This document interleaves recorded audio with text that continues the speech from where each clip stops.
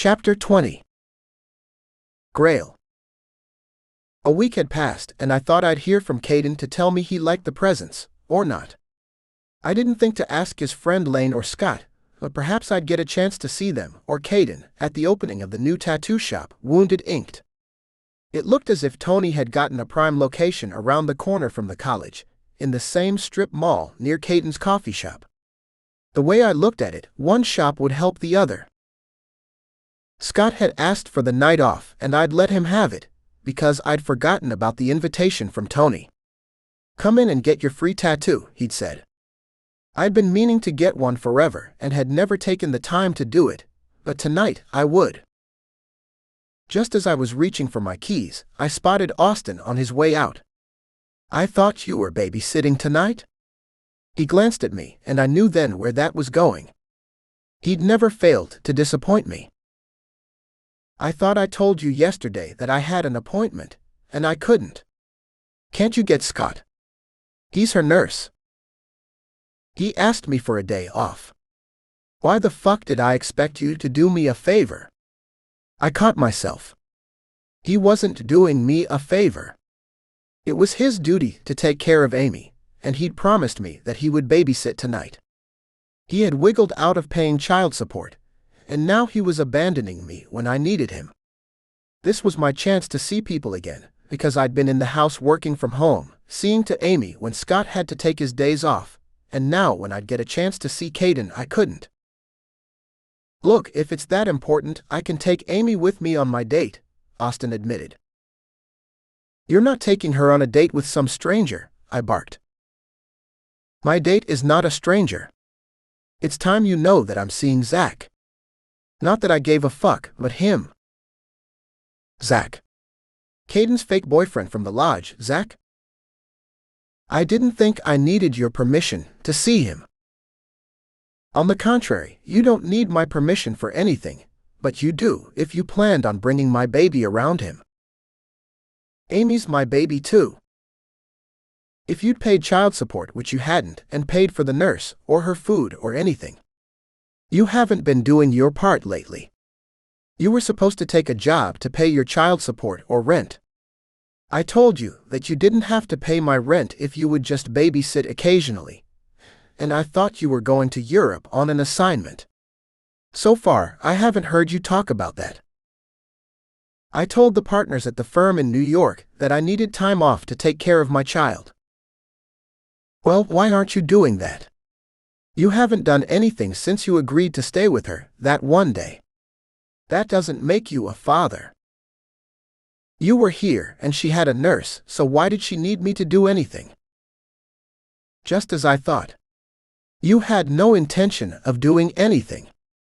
You claimed that you would pay half the rent on that apartment in New York, because you didn't want to move here with me. You got out of that, and that's why I'm selling it.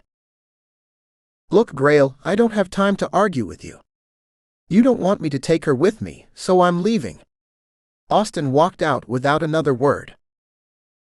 Then I remembered that Tony and his husband had made arrangements for someone to watch the children while their parents got their free tattoos. I looked at the time, and I knew that Amy would be sleeping about now, and lately she'd slept through the night, so I gathered her things and placed them in a backpack I'd bought especially for dads with babies, and placed it on my back and bundled her up in my arms. The baby seat in the car had never been used, and this was sure to be a challenge. When I arrived at Wounded Inked and placed the backpack over one arm, took Amy out of her seat and held her to my chest, she was still sleeping. As I tried to navigate through the crowd, I discovered that men with children were given special treatment. I was asked several times if I needed help with my bag, and was ushered through a throng of women and men through the front door and around to the back in a temporary nursery, where Parker stood like a sentry guarding a precious cargo.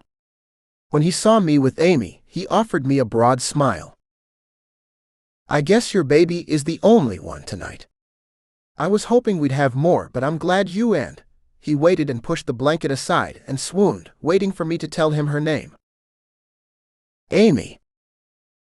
"Good, because I get confused with these blankets. I don't think they bother too much these days. As long as you didn't have one of those parties to announce the sex of the child." A couple set off fireworks to make that announcement and burned a forest down. Imagine that. Then he took Amy from me.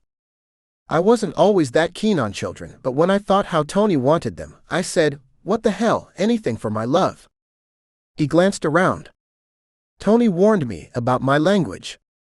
He said he'd spank. Sorry, but when I get to talking, I can't stop, and I'm sharing too much. Just about now, I felt like spanking Caden. Have you seen Caden?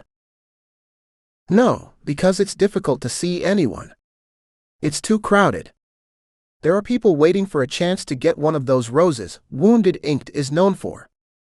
Tony bought out his friend, and now he owns the copyright. You can look around. Amy is safe with me and the nurse on hire. I didn't know you could copyright that. Oh hell yes.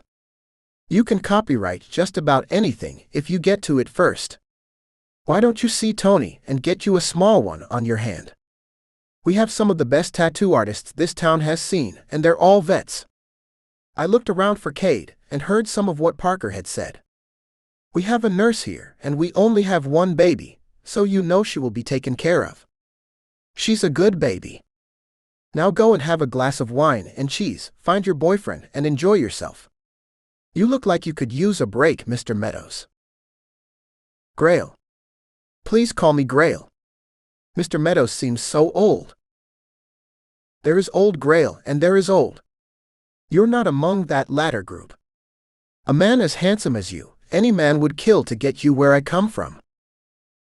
I didn't hear over the talk and chatter and grunts from the crybabies getting a tattoo when Tony walked up behind me and then positioned himself near Parker. Their bodies seemed to always flush against each other, as if they never wanted to be apart. She's beautiful. What's her name? Tony asked, leaning over and taking a peek at my baby. Amy. She is beautiful, isn't she? We were thinking of adopting another child, Parker said. Tony turned to Parker and kissed him on the cheek. Wait until the others are in school and no more animals. I promised no more animals, just children. Then Tony offered Parker another kiss, and this time on his lips, as if I wasn't standing there and Amy was theirs. Through all of this, she never woke. Come on, Grayle, let's go to my office, and I can give you a tattoo, since you're handling my business, and I've never hired a lawyer as cheap as you've been.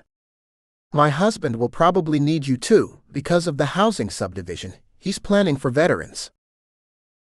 As we tried to steer through the crowd, with people drinking and leaning over their friends, partners, and husband and wives, who were getting a trial tattoo, to see if they'd like one, on our way to Tony's office, I bumped into someone.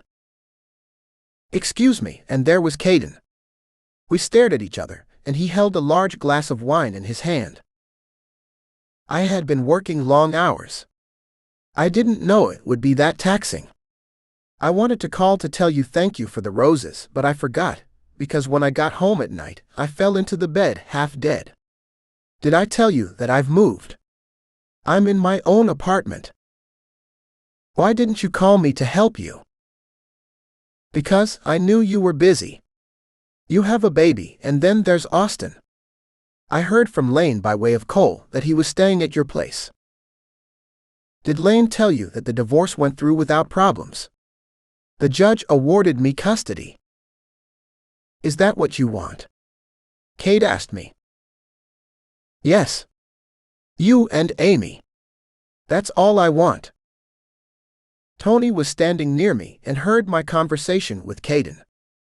From the look in his eyes and his wide grin, he understood what was happening between us.